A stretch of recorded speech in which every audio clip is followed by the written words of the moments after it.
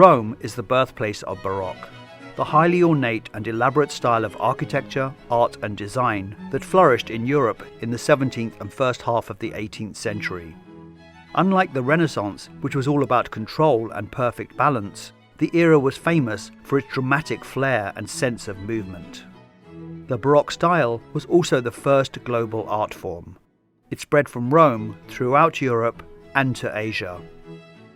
The upside of the Roman Catholic Church's immense wealth has been its support of hundreds of artists, including the three we are looking at in this video: Michelangelo Merisi da Caravaggio, Andrea Pozzo, and Gian Lorenzo Bernini. In this episode, Great Cities Explained goes outside the galleries and museums and inside three Baroque churches that still house their work today, and costs nothing to visit.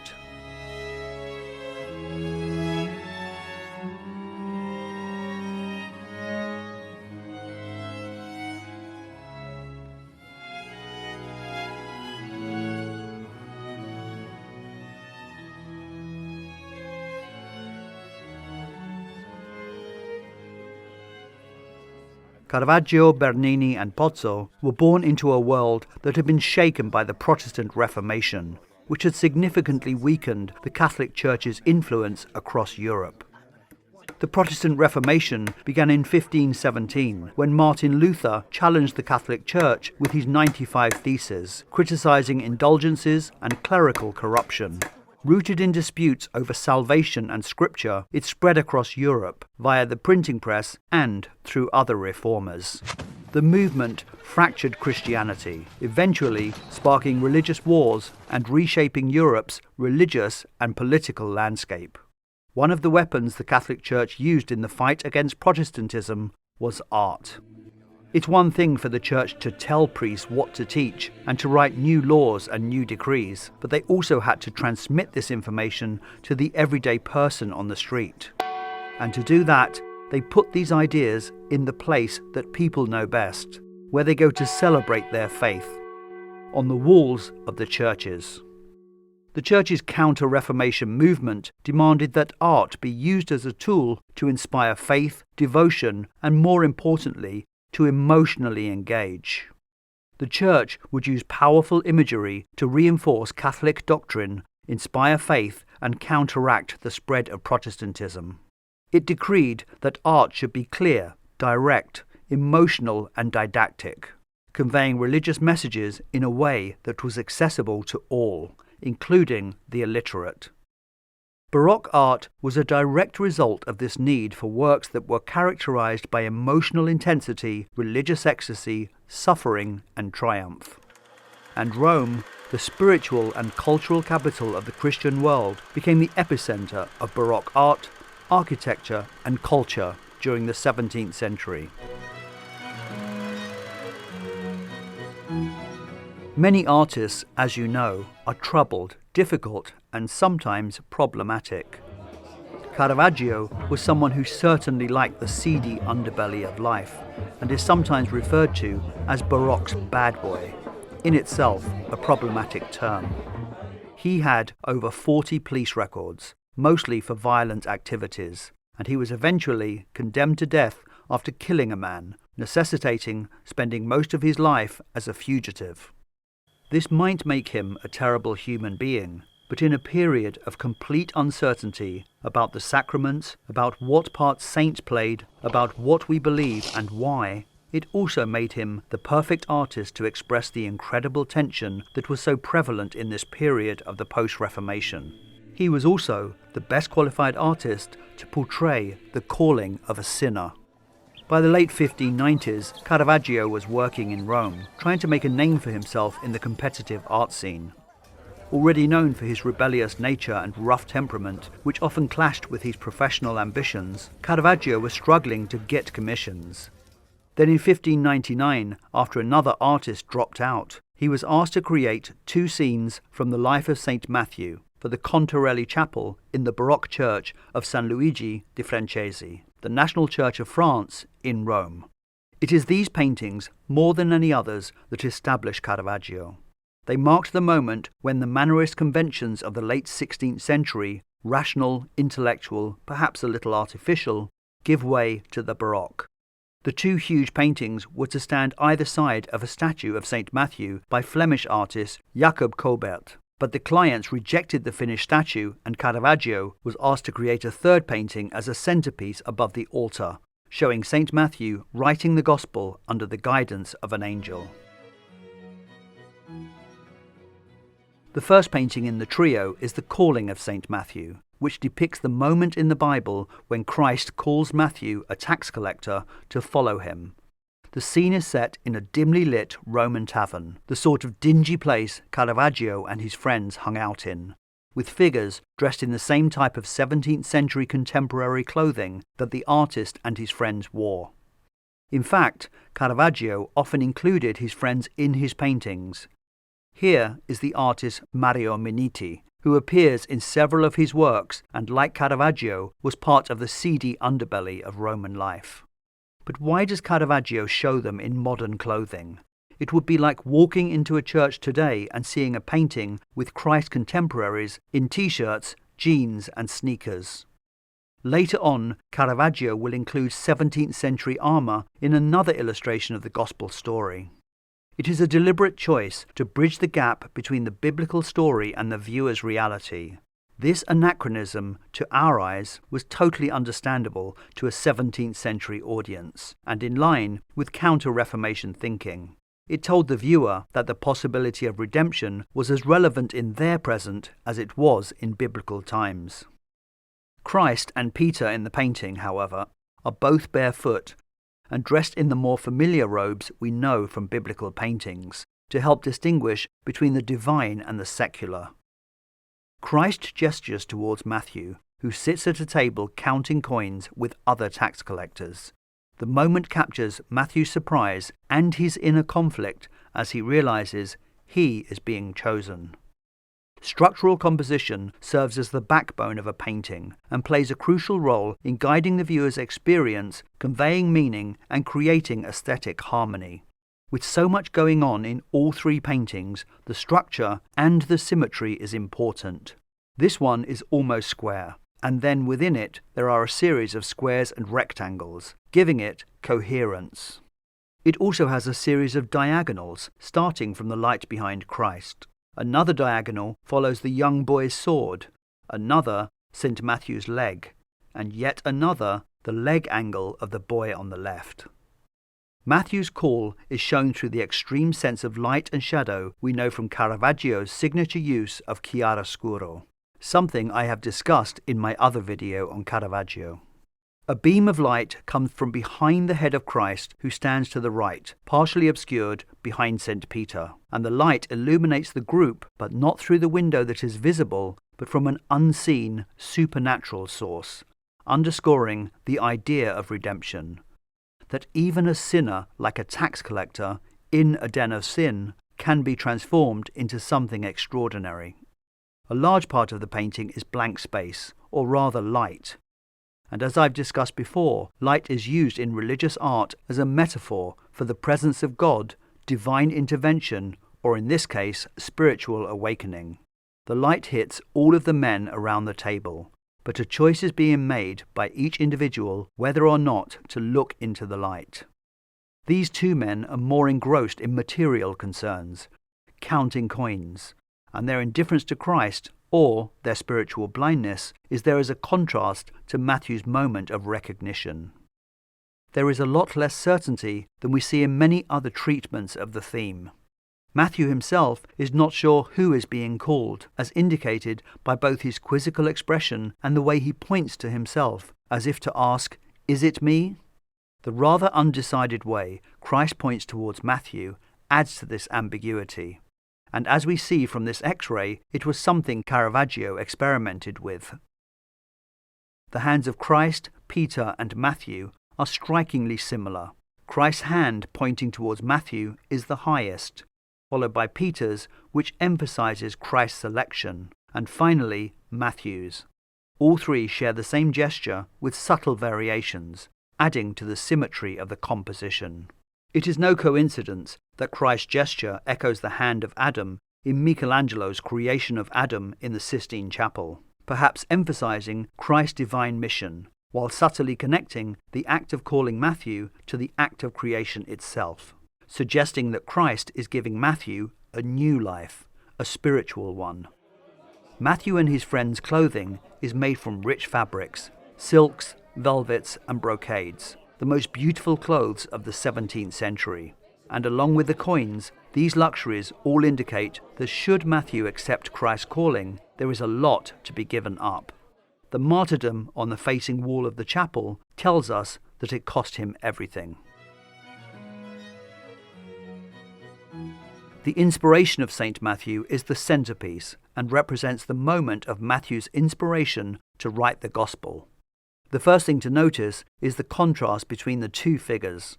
The angel comes down in a spiral and looks like a beam of light, while Matthew is projecting heat and warmth, as if he is on fire with inspiration delivered from heaven. This was not the first version. Caravaggio originally created this image for the chapel, which was rejected by the church because it showed St. Matthew as an uneducated, unkempt peasant with dirty feet. The painting was destroyed in the Second World War, but this is an original photo, which is sometimes colorized. Caravaggio's inclusion of dirty feet into a sacred context was radical, raw, and authentic, a move away from the idealized religious imagery and a message that holiness and divinity could be found in the lowliest and most unexpected places. He always used life models and often used poor or working class people, beggars, streetwalkers, criminals, and manual labourers, again emphasizing realism and the divine within the ordinary. The use of lower class, less than perfect models to portray holy figures is sometimes interpreted as blasphemous by modern writers, but this is not true. While there were critics of Caravaggio at the time, he was simply following Counter-Reformation ideas.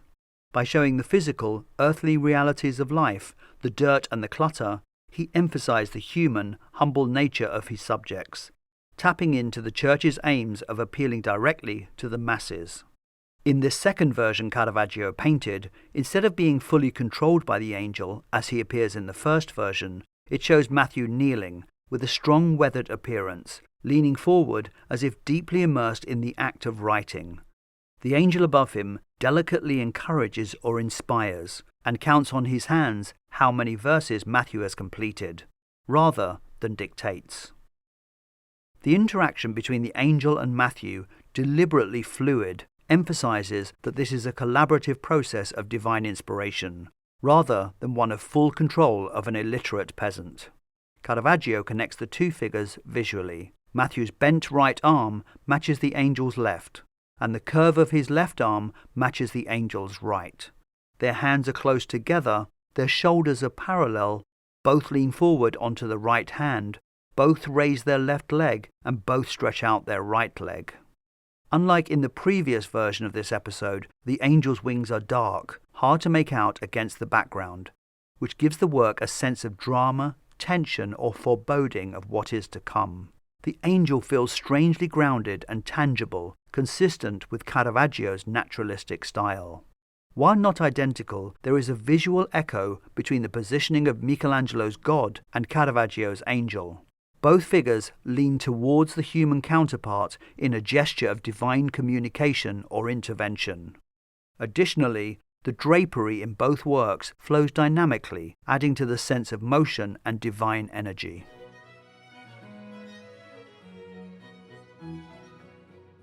The martyrdom is the last of the three, and according to tradition, the saint was killed on the orders of the king of Ethiopia while celebrating Mass at the altar. Caravaggio chooses the moment when the murderer has already stabbed Matthew once and is about to administer the fatal blow. We can see splattered blood from that first wound. It is the sort of violence Caravaggio himself was all too familiar with.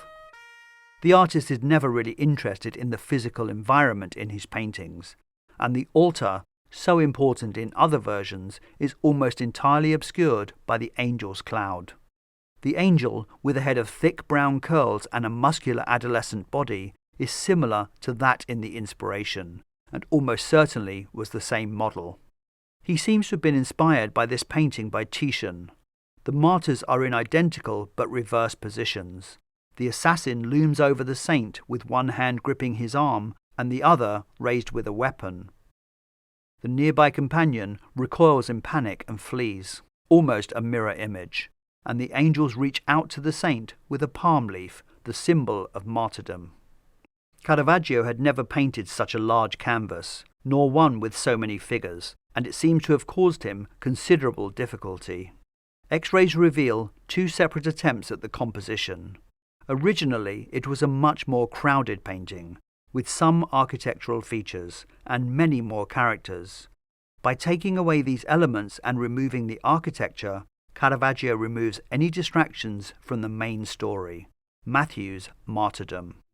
Each figure in the painting, many in contemporary clothing, is an individual the artist would have cast from the streets of Rome, each with a unique expression ranging from indifference to curiosity to fear.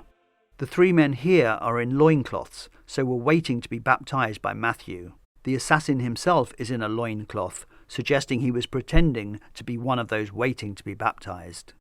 If we look at this figure here, we see a self-portrait of Caravaggio, a likeness we know from his other paintings.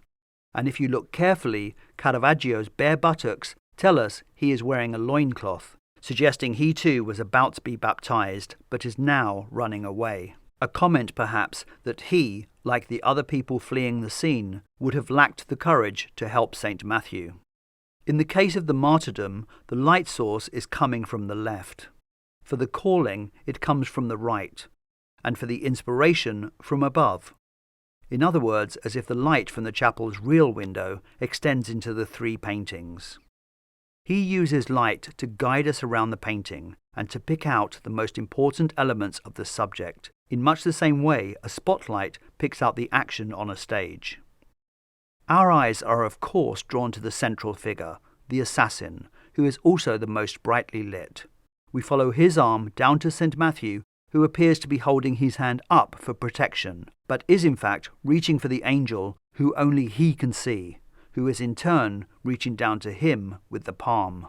This is not a painting about fear, but rather a moment of joy or ecstasy, a common way martyrdom was portrayed by Baroque artists, as we shall see with Bernini.